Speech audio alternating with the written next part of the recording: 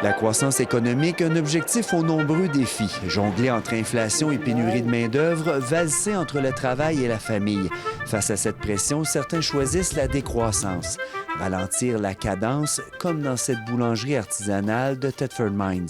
Bien, pour pouvoir continuer de faire ce que j'aime, moi, dans le fond, c'est ça que j'aime, faire du pain. Je suis capable d'avoir une vie plus normale.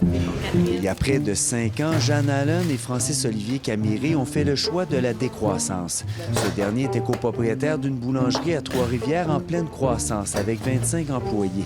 Son associé souhaitait ouvrir une autre succursale. C'était rendu qu'on faisait plus de la gestion, un peu des ressources humaines.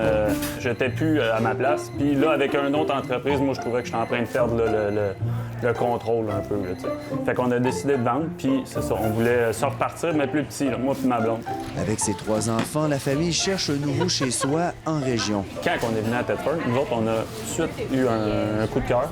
Je pense qu'on ne s'est pas trompé, parce que la boulangerie est tout de suite partie, puis les gens nous ont accueillis. La décroissance, c'est l'une des critiques les plus frontales par rapport aux théories dominantes qui disent que la meilleure manière d'assurer le bonheur de l'être humain, c'est d'assurer sa croissance économique. Ces 2 professeurs de l'Université du Québec à Rimouski étudient les milieux ruraux et leur développement. Ces initiatives-là sont probablement des petites roches intéressantes qui peuvent faire boule de neige, revoir finalement notre façon de vivre ensemble puis de créer notre richesse. Lorsqu'on est jeune et qu'on souhaite s'établir en région, ça donne aussi un certain espace pour pouvoir faire des projets un petit peu alternatifs.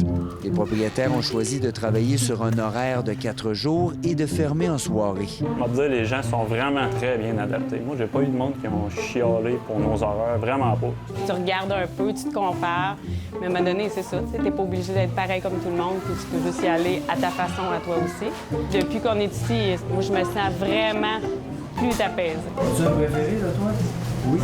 Un apport important pour la ville, selon le maire. Le succès a été foudroyant parce que c'est vraiment super comme boulangerie. Là, pour nous, ça a été un ajout incroyable dans notre centre-ville. Une boulangerie comme ça, artisanale, qui change à tous les jours les produits journaliers, on n'en avait pas à Thetford. L'achat local est au centre des valeurs de l'entreprise. Tu sais, tout ça, ça nous a permis au début de créer un réseau de contacts. Là, on vend des gelées qui viennent du coin. Quand les gars de farine viennent me livrer chez eux autres là, qui étaient sur le tracteur, c'est eux autres qui l'ont moulu.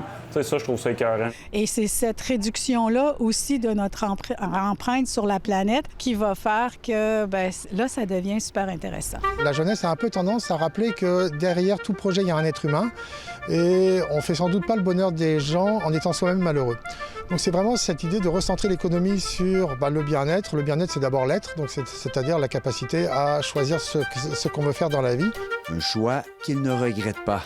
C'est plus à mon image. Je n'étais pas un gestionnaire, je suis un boulanger.